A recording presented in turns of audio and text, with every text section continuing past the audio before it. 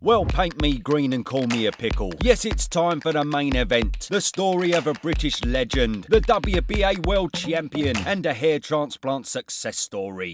So turn off your webcam chat with lusty Estrella in Latvia and instead let me tickle your pickle with the tale of the one and only. They call him the Saint. Yes, it's George Groves. Strap in. Here we go. Born on the 26th of March 1988 in Hammersmith, West London, a young Georgie boy was inspired to experience the world of combat through watching the infamous Rocky movies. Adrian! At just 7 years old, he began kickboxing, and at 10 years old, he wandered into the famous Dale Youth ABC gym, renowned for producing an array of boxing talent from George himself to Daniel Dubois, as well as IBF world champion James the Longhead.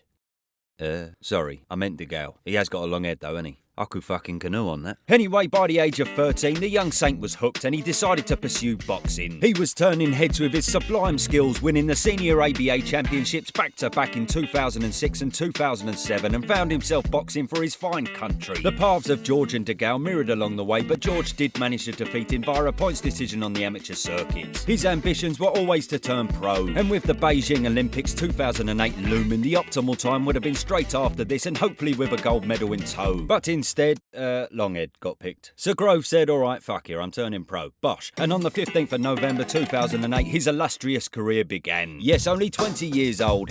Bloody hell, 20 years old and already a pro boxer. Travelling the world, performing in arenas. When I was 20, I was travelling to Magaluf and performing the fucking Worm. Georgie boy was out there tit for greatness. I was off me nut in BCM, trying it on with the birds. Hello, babe, was that an earthquake or did you just rock my world? Bosh. Then I went home alone and wanked in a sock. Anyway, sorry, I digress. Yes, the young whippersnapper signed to the high-flying Haymaker Promotions, an outfit created by the one and only David Haye. Yes, a man these days currently living in the sun with two, yes that's right, two absolute swords. One of them actually used to be in that pop group The Saturdays. Bloody hell, two birds, and I'm still wanking in a sock. Nah, come on, I'm doing alright these days. I've got a missus. I'll tell you what though, she don't look like she's in a pop group.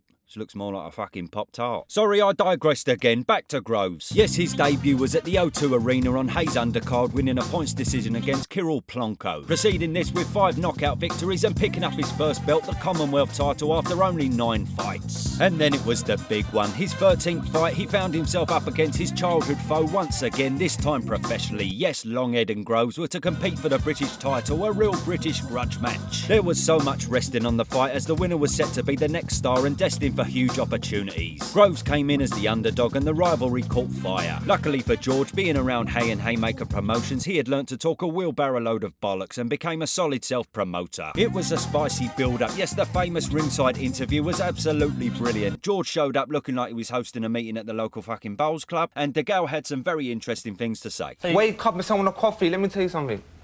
I forgot what I was going to say now. Right, cheers Longhead, terrific. The fight was a close-knit contest, evenly matched with a mixture of opinion come the final bell. Yes, De Gale thought he had it. Alright bruv, hold on a minute. But the Saint got the win, stealing it by a round. Longhead was double fuming, but the Saint was now British champion and his career seemed about to take off. He then moved on from Haymaker Promotions, predominantly because Setanta, the brand new sports channel of the time that they were working with, took an absolute shit and folded. George remained with Adam Booth as his manager and signed a 3-year promotional deal with the mighty Frank Warren. Yes, here he is. Blimey, I'd lay off the old sunbeds, Frank. Fucking hell, you look like a fucking cricket ball. Anyway, in no time at all, Georgie boy took the Paul Smith fight, emphatically knocking him out in 2 rounds. The Groves train then rolled on with a string of victories before Frank Warren delivered the big one. The world title dreams the Saint had long pursued, a WBO challenge against the tough German Robert Stieglitz.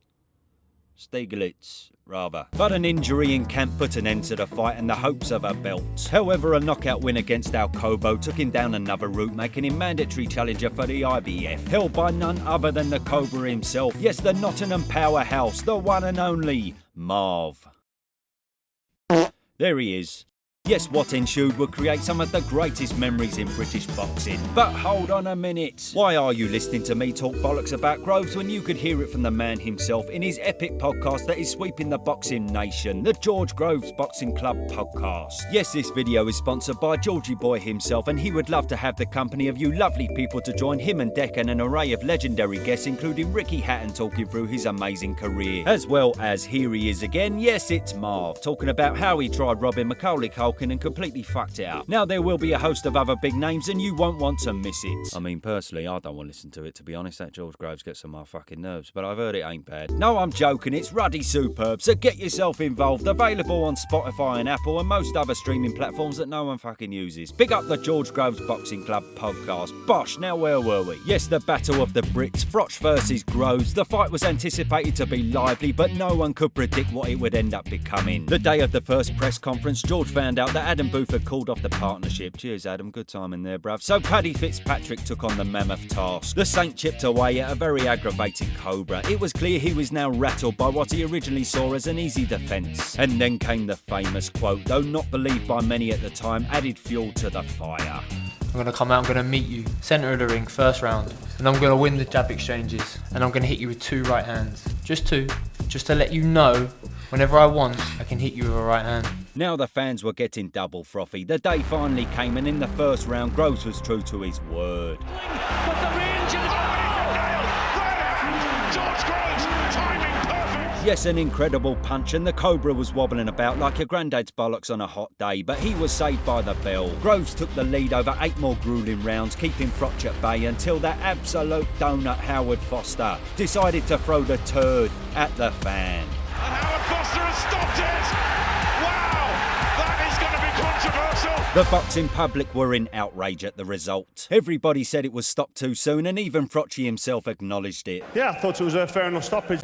No, sorry, the Sticky Bandit thought it was the right call. But regardless of this, the rematch was a certainty, and Eddie knew the scale of it. The 31st of May 2014, Wembley Stadium, 80,000 people. You've probably heard Marv mention that before. Yes, the nation was intrigued, and the war of words began where it left off. Oh yes, we ruddy loved it, didn't we? Here we go, yes, bosh. Eddie, have a little word with your man, bloody hell. Yes, go on, Marv. Yeah, we can all pull about a little bit, have a little pull and a push. Ah, the memories. It was brilliant, wasn't it? British boxing was back with a bang. But then on fight night, Marv had a different look in his eye as he came to the ring, and George managed to nick a fucking bus for the occasion. Can't part there, mate. Frochie was no longer taking the man in front of him lightly, and the skill of the Cobra this time kept George at bay before the one epic punch in the 8th round was finally landed. Bosh, good night.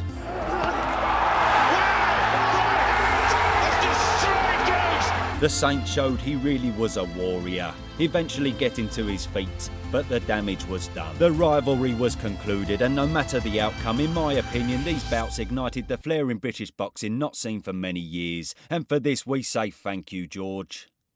And Marv?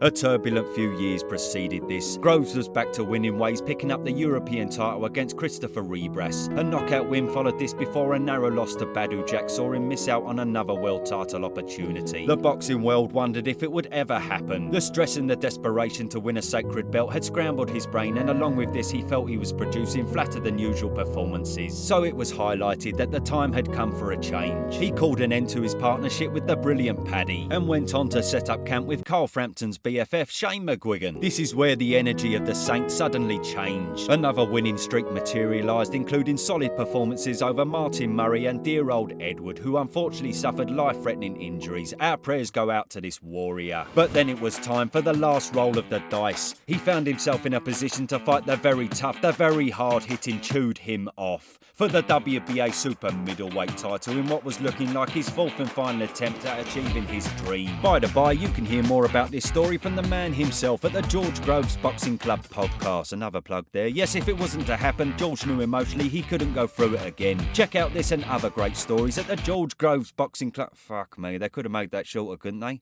I feel like I'm doing a podcast just reading out the fucking name of it. Anyway, yes, the fight not only had the world title looming on it, but it also meant that he would put himself in #1 position for the World Super Series tournament, which provided life-changing money. So it was off to Bramall Lane on the undercard of Brooks Spence against the tough Russian. The fight was a barnstormer from the opening bell, with Chudinov landing heavy blows, breaking George's jaw in the 3rd, and another blow then cut his eye open in the 5th. But then in the 6th round, the formidable Saint unleashed an onslaught, and he never let up, leaving Steve Gray with no other option.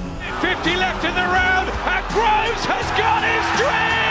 Groves had finally done it. The nation were as relieved as the man himself, and a standing ovation left the Londoner with a sense of contentment for the first time in his career. Everyone was overjoyed and thought exactly the same thing. About fucking time. No, I'm joking, we were all over the ruddy moon. All hail the mighty George Groves, the WBA World Champion. Georgie Boy went on to compete in the World Super Series, securing the financials he so rightly deserved. A sublime body shot to Jamie Cox took him through round 1. A schooling of a 100% Eubank Jr. won him round 2, even with a dislocated shoulder in the 12th round. But the fairy tale ending was not to be, as he came up short against the ferocious Callum Smith. Now, if his shoulder had been 100%, things may have been different. But regardless of this, his effort was as noble as ever. The one plus to come out of this fight was that Callum hit him so hard his fucking hair grew back.